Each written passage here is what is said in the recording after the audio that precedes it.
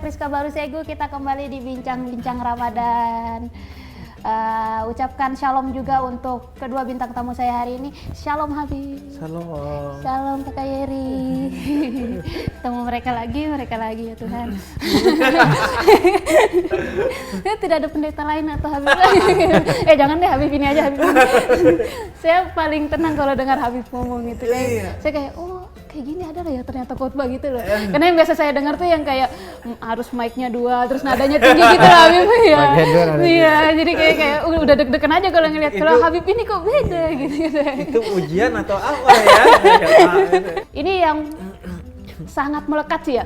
Di Ramadan, apalagi di hari Lebaran. Topik kita hari ini tuh tentang maaf-maafan. Itu kenapa orang Islam tuh harus maaf-maafan di setiap kali Lebaran? Memangnya kalau tidak Lebaran kalian tidak pernah maaf-maafan atau bagaimana? Kalau bikin salah ya sudah ketinggal tuh.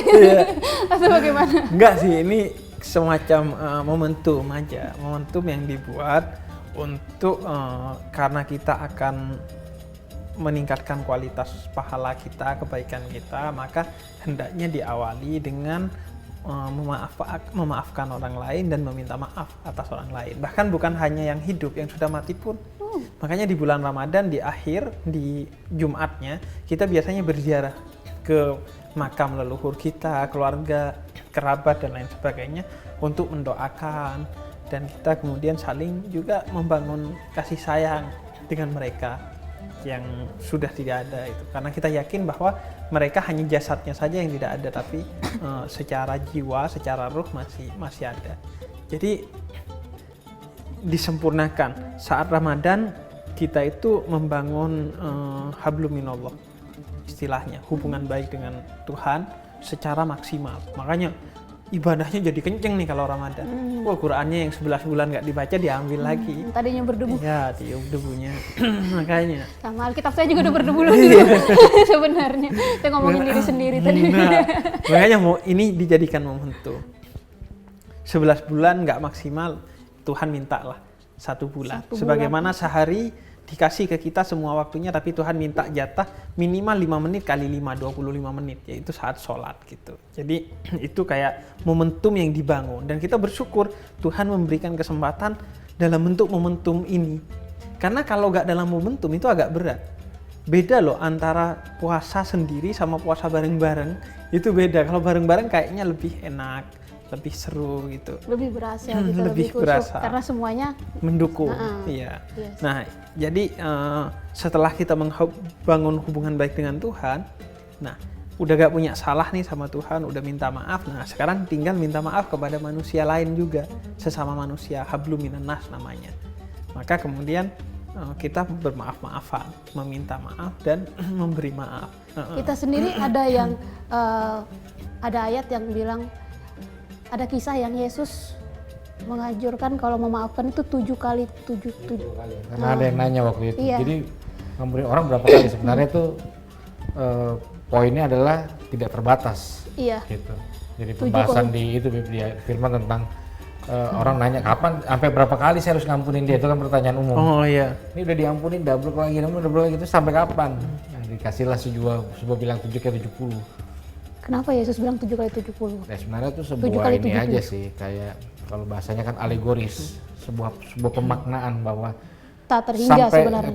Sebenarnya gini jawabannya, sampai kapan kita ngampunin dia? Sampai kita sadar kita juga diampuni sama Tuhan. Selama kita diampuni sama Tuhan, ya kita juga wajib mengampuni sesama kita. Kata-kata bagus sekali. Panas. Tidak mendengarkannya. Tidak mendengarkannya.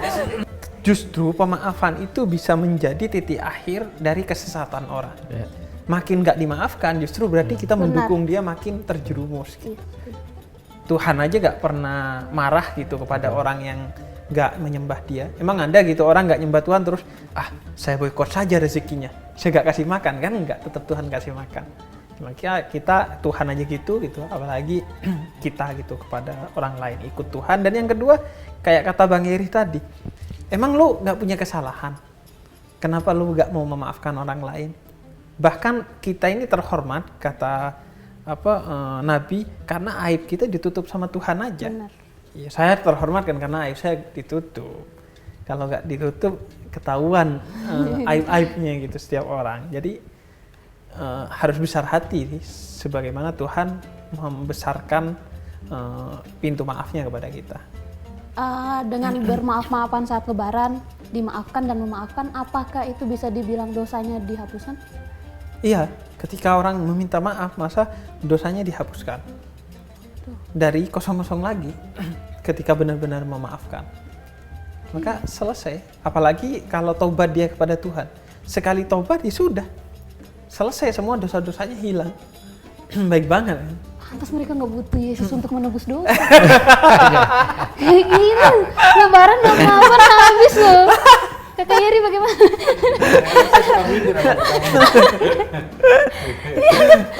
Anda agamanya apa sih? Enggak jalan. Habis lebaran dan mereka kembali ke nol. Saya iri loh, maksudnya sampai segitunya. Tapi itu dengan catatan kalau kita benar-benar tobat ya, yang tobat. Kalau dalam kita artian, benar-benar iya, minta maaf secara tulus. secara tulus. Dan kita benar-benar dikasih maaf juga secara tulus oleh orangnya. Tapi kalau enggak, bahkan Tuhan pun nggak bisa menghapus dosa kita kepada orang lain. Kalau kita punya dosa ke Tuhan, minta maaf ke Tuhan, selesai. Tapi kalau kita punya dosa ke orang lain, Tuhan nggak akan memaafkan sampai orang lain itu memaafkan. Sampai orang lain itu memaafkan. Ya kalau kita kasih selamat lebaran kan biasanya ke teman-teman muslim pasti kan ada replay baliknya. Mohon maaf ya lahir dan batin gitu ya. Jadi itu kan culture yang sudah terbangun sebenarnya. Selamat dan dibalasnya pasti gitu. Kita juga kasih selamatnya mohon maaf ya. Jadi itu culture yang indah banget sih di momentum itu. Makanya momentum itu saya rasa kebahagiaan bukan cuma buat umat muslim, untuk semua yang ada di Indonesia ini. Gitu sih. Tapi benar kan minal aidin wal faizin artinya mohon maaf lahir dan batin. Iya. Kembali kepada fitri. Kesucian kita. Nol tadi itu. Mantap sih, nol. Dan Soalnya kan faizin itu kemenangan. minal aidin wal faizin. Kesucian dan mari kita meraih kemenangan gitu. Ini terakhir nih Habib. Adakah kaidah atau tips-tips cara memaafkan yang benar? Yang utamanya adalah dengan hati. Tadi ya, tulus. Memaafkan dengan hati. Dan gini, 90% itu data dari Peace Generation, salah satu lembaga yang fokus di bidang perdamaian. 90% konflik itu diwariskan. Di dalam Islam itu sudah banyak konflik. Konflik tentang Islam Kristen dari perang salib, perang salibnya aja 200 tahun. Rata-rata konflik itu diwariskan. Maka rantai konflik itu tidak akan putus kecuali ada yang memaafkan di tengah-tengah rantai konflik itu. Nah, kita harap kita menjadi rantai terakhir dari konflik itu dengan memberikan maaf atas segala kesalahan orang lain. Siapapun dia, apapun agamanya, apapun kesalahannya, sebesar apapun kesalahannya. Itu sih. Itu ya tipsnya ya. Iya. Dan saya juga berharap kalau misalkan udah selesai lebaran gitu, bisa nggak ya manusia ya? Maksudnya udah nggak usah bikin salah lagi gitu loh. Udah dapat 0-0 kayak gitu kok masih bikin salah. Jadi terus 0 gitu ya? Iya, bisa nggak sih dipertahanin sampai lebaran lagi lu masih 0 gitu? Ngapain diisi sih saldonya gitu loh? Itu harapan semu dan memang manusia diciptakan sebagai makhluk yang pasti melakukan kesalahan dan kehilafan. Bahkan kata Tuhan dalam salah satu hadisnya, hadis qudsi, kalau manusia ini baik-baik saja, saya akan ciptakan lagi segolongan manusia yang melakukan kesalahan. Karena Tuhan memiliki pemaafan yang luas. Jadi berharap manusia gak pernah salah menurut saya itu ilusi di siang bolong. Tapi yang harus diharapkan adalah untuk selalu memaafkan dan meminta maaf. Kesalahan biasa, yang luar biasa adalah pemaafan itu. Ya, dan terakhir dari saya minta maaf sekali kalau misalkan tadi bincang-bincang kita menyinggung kalian. Itu yang paling penting ya, karena percuma kalian menjalankan puasa gitu kan, sangat-sangat bulan yang sangat suci. Tapi dengan nonton ini kalian emosi. Sebenarnya kami hadir di sini untuk menguji emosi kalian.